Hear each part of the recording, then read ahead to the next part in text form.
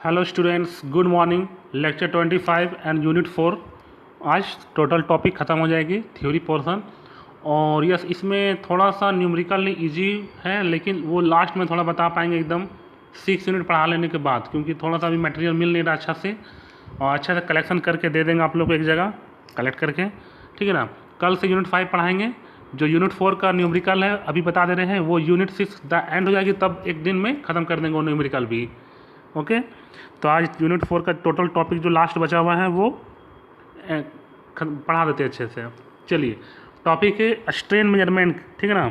तो strain measurement में इसके अंदर पढ़ना, लेकिन दो लाइन के लिए नॉलेज दे देते हैं। ये नॉलेज वाला पेज है, ठीक है ना। आएगा नहीं कि स्ट्रेन मेजरमेंट क्या होता है, ठीक है ना। स्ट्रेन मेजरमेंट मतलब स्ट्रेन का मेजरमेंट करना, सिंपली है, क्लियर। स्ट्रेन का मेजरमेंट करना, तो देखिए उसके लिए स्ट्रेन का मेजरमेंट करना है। यहाँ लिखे हुए हैं stress and strain can be measure in many way. Stress और स्ट्रेन का मेजर कर सकते बहुत तरीके से, typically based in some fashion upon the fact that structure is deformed और strained when it experiences stresses. मतलब कि हम लोग बहुत तरीके से स्ट्रेस और स्ट्रेन को मेजरमेंट कर सकते हैं, जो कि बेस्ड रहता है कब कर सकते हैं, जब उसमें स्ट्रक्चर में किसी स्ट्रक्चर में डिफॉर्मेशन आता है। स्ट्रेन क्या होता है, सिंपली देखिए वही चीज़ यहाँ लिखे हुए, इसको भी लिखना नहीं, नॉलेज ये तो आपको पता ही है। Change in length upon original length, यानी कि जो हमारा मान लीजिए ये बॉडी था, कोई ऑब्जेक्ट है, इसमें अगर कंप्रेसिव फोर्स लगाए तो क्या होगा, ये कॉन्ट्रैक्ट होगा, कंप्रेस्ड होगा। देखिए यहाँ लिखे हुए हैं कि कंप्रेस्ड होता है। या फिर कोई बॉडी है, उसमें अगर इलोंगेट करे, टेंसाइल फोर्स लगाए तो वो इलोंगेट होगा, ठीक है।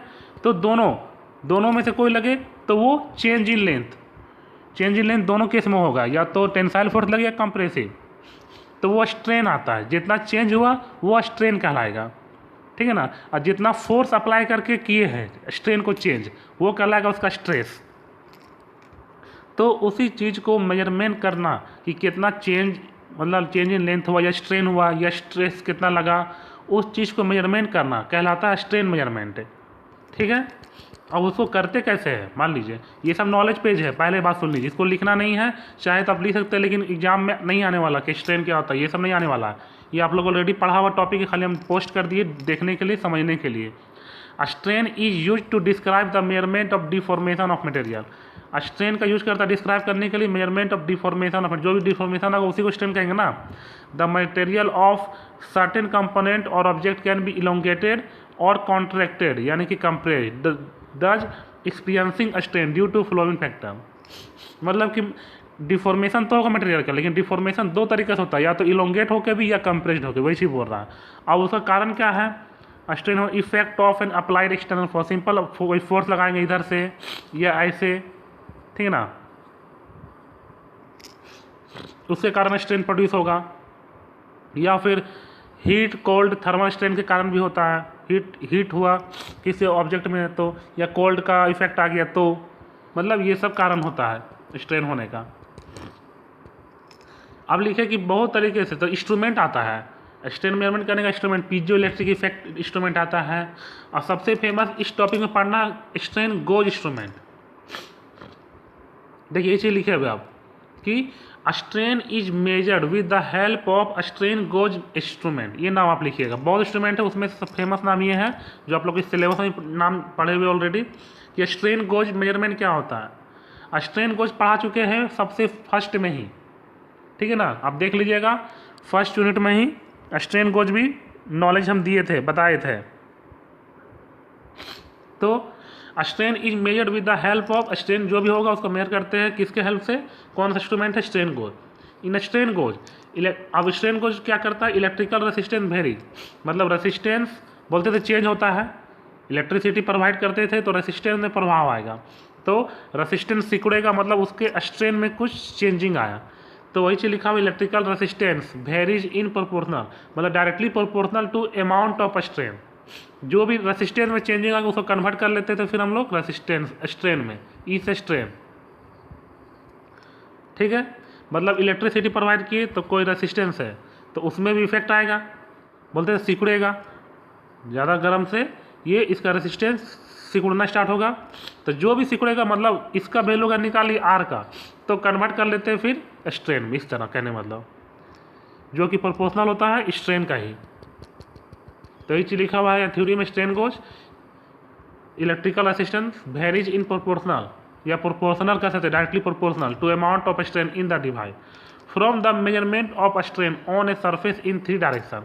ये डायरेक्शन 3 पढ़े होंगे, X Y Z, X Y Z. Measurement जो स्ट्रेन का जो हो सकता है 3 सरफेस का 3 डायरेक्शन में हो सकता है, जिसमें क्या होता है स्ट्रेस भी प्रोड्यूस होता है इन 3 direction that the stress state that developed in part can be calculated. और स्ट्रेस भी इस तरह तीनों डायरेक्शन में जो प्रोड्यूस होगा उसको भी कैलकुलेट कर लेते हैं। सिंपल है, आप ये सब लिखना चाहें तो लिखिए, नहीं लिखना चाहें तो ना लिखिए। ये सब नॉलेज दिए कि स्ट्रेन मेजरमेंट क्या होता है, ठीक है। यहाँ तक अब आएगा आपको लिखने ये टॉपिक, यहाँ से स्टार्ट होता है सिलेबस में, देख सकते हैं आप लोग भी, स्ट्रेस स्ट्रेन रिलेशन। तो सिंपल 2 लाइन का ये सब क्वेश्चन है 2 मार्क का, कि stress is directly proportional to strain. ये पढ़े होंगे आप लोग सोम वगैरह सब्जेक्ट में भी, क्लियर है। हुक्स लॉ में जहाँ आया था स्ट्रेस इज डायरेक्टली प्रोपोर्शनल। और देखिए इस ये प्रोपोर्शनल है, डायरेक्टली प्रोपोर्शनल को हटाते थे तो हम लोग एक कांस्टेंट टर्म लगाएंगे तभी इक्वल का ये साइन दे पाएंगे। तो इक्वल दिए तो के लगा दिए, क्लियर।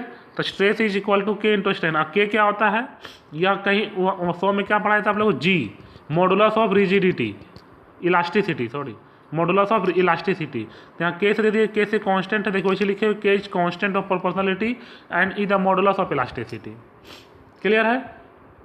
नोटेशन अपने ऊपर है, जो आप देंगे वही नाम यहाँ लेकिन लिखना था सेम कि मॉडुलस ऑफ रिजिडिटी। आप जाएंगे जी भी दे सकते हैं, यहाँ पर आपके ऊपर है, लेकिन ये लिखना है पूरा, यहाँ से लिखना स्टार्ट कीजिएगा कॉपी में।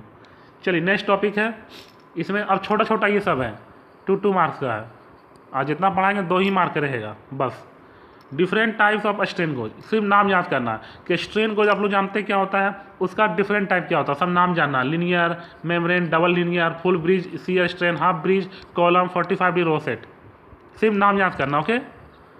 चलिए नेक्स्ट है टॉपिक स्ट्रेन गोज मटेरियल। देखिए ये थोड़ा सा इंपॉर्टेंट है कि मटेरियल जो स्ट्रेन गोज कर लेते हैं वो क्या क्या होता है। तो सबसे पहले तो स्ट्रेन गोज जो attachment consist of 3 major part, इसमें 3 मेजर पार्ट होता है, वायर, बैकिंग, एडहेसिव, ठीक है। वायर तो समझ रहे आप लोग, वायर तो स्ट्रेन गोज में कोई भी इंस्ट्रूमेंट हो वायर के बिना काम नहीं होगा। और वायर भी जो लेंगे इसमें कोपेल एलॉय वायर, सब देखिए ये सब नाम याद करना पड़ेगा, ये सब भी आई है कि वायर जो मटेरियल लेंगे, मटेरियल का ही नाम है Coppell alloy wire, iso elastic alloy wire, Karma alloy wire, platinum based alloy wire.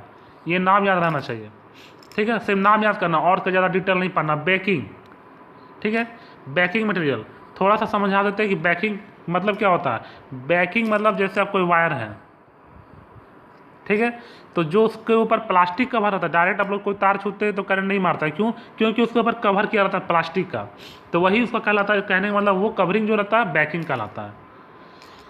Banking material are needed because strain gauge wires are difficult to handle. Direct हम लोग हैंडल नहीं कर सकते किसी भी तार को, अगर करंट प्रोवाइड कर दे उस तार में, वायर में, तो क्या हैंडल कर पाएंगे विदाउट कवरिंग, नहीं।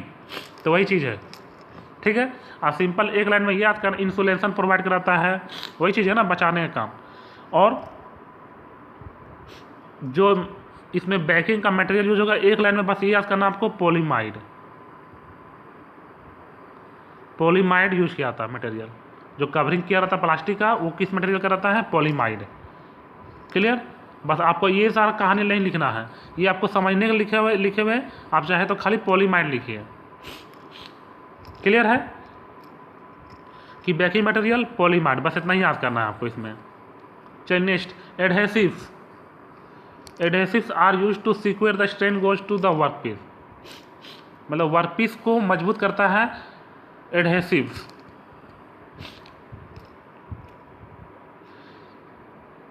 इसमें जो मटेरियल लेना बस ये नाम याद करना होता है, cyanoacrylate cement, ceramic cement, cellulose nitrate cement. मतलब वर्कपीस जो बन रहा है, वर्कपीस जो लेना है इसमें, वर्कपीस जो बना रहेगा, स्ट्रेन गोज का मटेरियल जो वर्कपीस बना रहेगा पूरा बॉडी कवर, तो वो सीमेंट का बना रहता है। अब सीमेंट में भी क्या बना रहता है, ये सब नाम ये सब का यूज करना है मतलब मटेरियल का। क्लियर, बस इतना ही सब नाम तीनों याद करना है, मटेरियल क्या क्या लेते हैं स्ट्रेन गॉज में। चलिए स्ट्रेन गॉज लोड सेल एक है टॉपिक। स्ट्रेन गॉज आप लोग समझ रहे हैं, ठीक है ना। स्ट्रेन गॉज लोड सेल, तो स्ट्रेन गॉज देखिए इसी यूनिट में आप लोग सॉरी फर्स्ट यूनिट बोल रहे थे, इसी यूनिट फोर्थ यूनिट में ही स्ट्रेन गॉज पहले क्लियर ही बताए थे।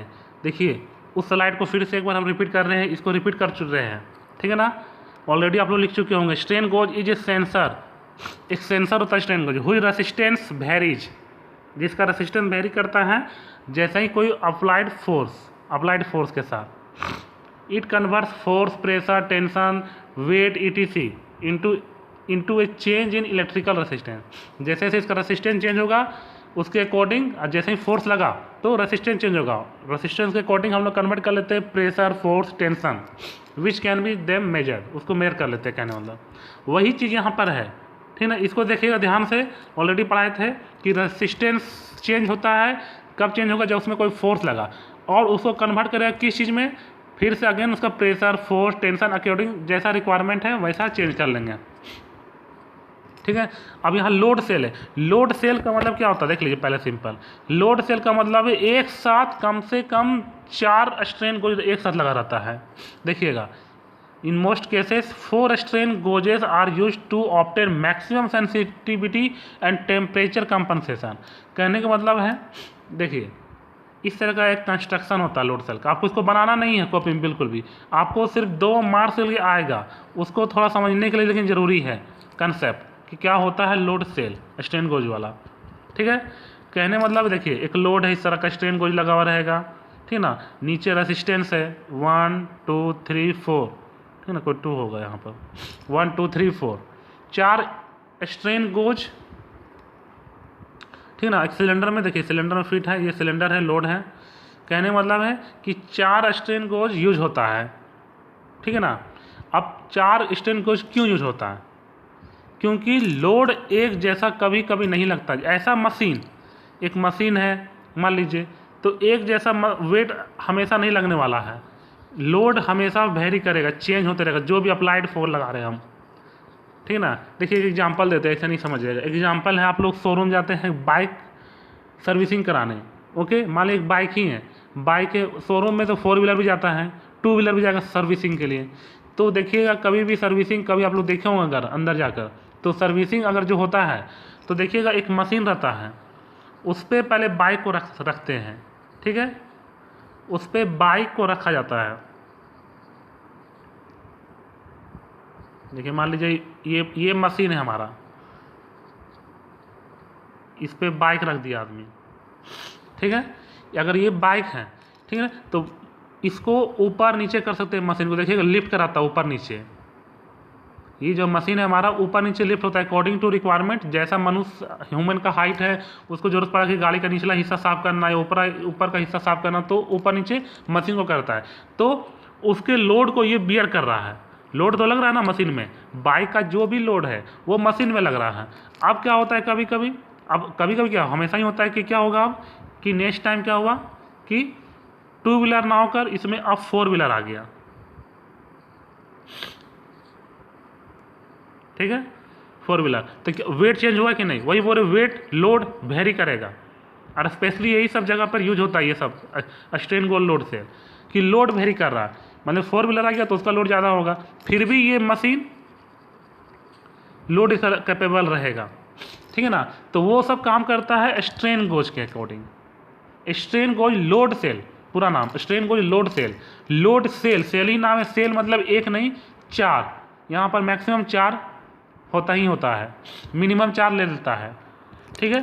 कहने मतलब है ऐसा लोड सेल जिसमें 4 स्ट्रेन गोज यूज हो, ठीक है ना, जिससे क्या होगा कि जहाँ पर, और वो वैसे जगह यूज होता है जहाँ पर लोड वेरी करता है, स्टेडी नहीं होता, एक जैसा नहीं होता। स्टेडी मतलब ये कि एक जैसा नहीं होगा, लोड हमेशा वेरी करेगा, क्लियर है। तो ये होता है स्ट्रेन गोज लोड सेल। अब जैसे ये सब डायग्राम है, तो ये सब डायग्राम नहीं बनाना है, ये जो समझने के लिए था। यहाँ 4 असिस्टेंट है, देखिए कि एक इसका थोड़ा सा थ्योरी लिखे हुए हैं कि इसमें क्या क्या मेन पार्ट्स होता है स्ट्रेन गोज लोड सेल में। They are cylinder made of steel, देखिए यहाँ फिर फिगर में है स्टील का बना रहता जो सिलेंडर है। Which 4 identical strain gauge are mounted, जिसमें 4 स्ट्रेन गोज फिट किया आता है। इसमें दिखा नहीं रहा, इसी में फिट है ये, ठीक है ना, 1 2 3 4,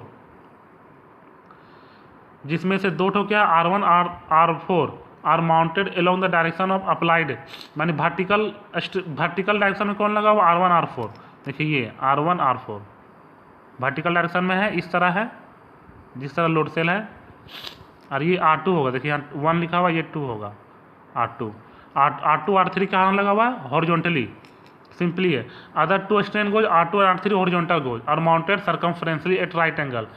क्लियर है, वही चीज लिखा। आप देखिए केस 1 2 ले आता है इसमें कि व्हेन देयर इज, एक्चुअली अगर 8 नंबर करता तो अच्छे से पढ़ाते हैं इसको, 2 नंबर का इसलिए सिर्फ शॉर्टकट में जल्दी जल्दी बता दे रहे हैं, फिर भी पूरा कहानी इसमें लिखा हुआ है। When there is no load, जब कोई लोड ही नहीं लग रहा है सिलेंडर में, all four gauges will have the same resistance, उसमें चारों में एक जैसा रेसिस्टेंस का वैल्यू रहेगा। As the terminal N and P are at the same potential, Wheatstone bridge is balanced and hence the output voltage will be 0। जैसे देखिए इसको जोड़ा तक व्हीटस्टोन ब्रिज से, ठीक है, व्हीटस्टोन ब्रिज से, मान लीजिए इसमें दिखाया नहीं, आपको दिखाया था ना, ये सब पिछला एक टॉपिक था जिसमें आपको बताए थे वो लगा हुआ था गैल्वेनोमीटर वाला, ठीक है ना, गैल्वेनोमीटर। तो इसमें व्हीटस्टोन ब्रिज, तो इसमें दिखाया नहीं आ रहा, समझने के लिए सिर्फ समझ लीजिए कि गैल्वेनोमीटर जैसे गैल्वेनोमीटर था, इसमें व्हीटस्टोन ब्रिज है जिसमें आउटपुट वोल्टेज 0 दिखाया, क्योंकि इसमें लोड लगा ही नहीं रहा, अभी कोई लोड नहीं लग रहा है, ठीक है, इसलिए N और P आपको इसमें नहीं मिलेगा, क्योंकि टर्मिनल जो बता रहा उसमें था, व्हीटस्टोन ब्रिज में लगा हुआ है। अब कोई लोड लगा दिए, कोई लोड लगा, जैसे मान लीजिए बाइक जैसे गाड़ी चढ़ाया मशीन में, now the load to be measured is applied, measure किया हुआ load applied on steel cylinder. Due to this vertical gauge R1 R4 will undergo compression, जिसके कारण क्या होगा R1 और R4 है जो स्ट्रेन गोज वो कंप्रेस्ड होगा, hence there will be a decrease in resistance, जिसके कारण अगर कंप्रेस्ड हुआ तो रेसिस्टेंस कम होगा यानी डिक्रीज होगा। Eight the same time horizontal goes R2 R3 will undergo tension, उसी समय क्या होगा हॉरिजॉन्टल गोज जो R2 R3 लगा था उसमें टेंशन होगा, जिसके कारण टेंशन मतलब बढ़ेगा रेसिस्टेंस का वैल्यू।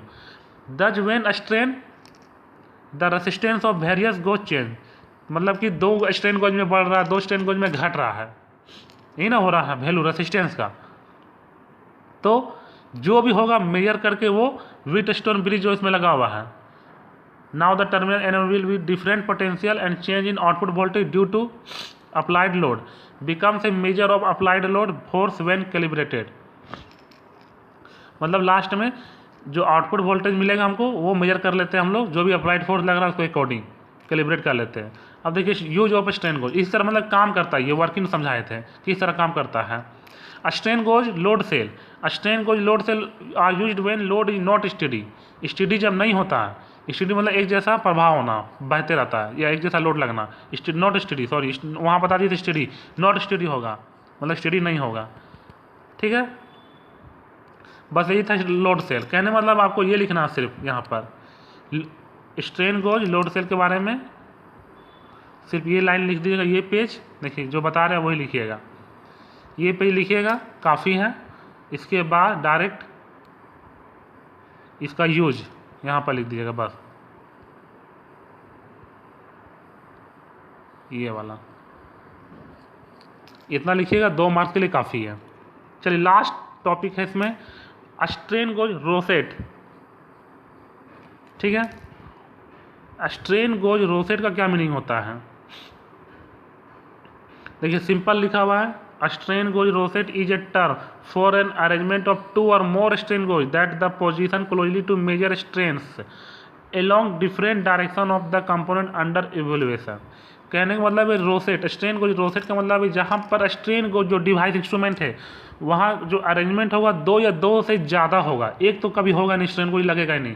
रोसेट का मीनिंग है कि जहाँ 2 या 2 से ज़्यादा का अरेंजमेंट हो स्ट्रेन गोज का, और ऐसा अरेंजमेंट हो जो डिफरेंट डायरेक्शन में उसको कैलकुलेट कर ले, किस चीज़ के वैल्यू को, स्ट्रेन के मेजरमेंट कर ले। स्ट्रेन को इससे क्या होगा, स्ट्रेन का मेजरमेंट करे डिफरेंट, जैसे एक्स है, वाई है, जेड है, 3 डायरेक्शन में है, ठीक है ना। तो तीनों डायरेक्शन में क्या क्या हो रहा है वो बताएगा रोसेट का अरेंजमेंट। क्लियर। क्योंकि सिंगल, देखिए single strain gauge can only measure strain effectively in one direction. अगर सिंगल स्ट्रेन गोज लगाएंगे तो सिर्फ होता क्या है कि मुझे खाली एक डायरेक्शन हम बताएंगे, या तो एक्स या तो वाई या तो जेड, ठीक है। लेकिन अगर हमको तीनों डायरेक्शन में फोर्स लग रहा है, स्ट्रेन लग रहा है, या कितना लगा वो जानना है, तो वो अरेंजमेंट जो करते हैं हम लोग, उस अरेंजमेंट को ही कहते हैं स्ट्रेन गोज रोसेट। ये क्लियर है। अरेंजमेंट को लगाना दो या दो से ज़्यादा, ताकि जितना भी डिफरेंट डायरेक्शन हो, जो भी उसमें स्ट्रेन लग रहा है उसको मेजरमेंट करके बता दे। ये था सिर्फ simple strain gauge rosette. Clear. तो चलिए आज ये टॉपिक, ये यूनिट यहीं पर एंड होता है फुल्ली, ठीक है। आप लोग अच्छे से पढ़ के लिखिएगा, कल से यूनिट 5 स्टार्ट करेंगे। Thank you.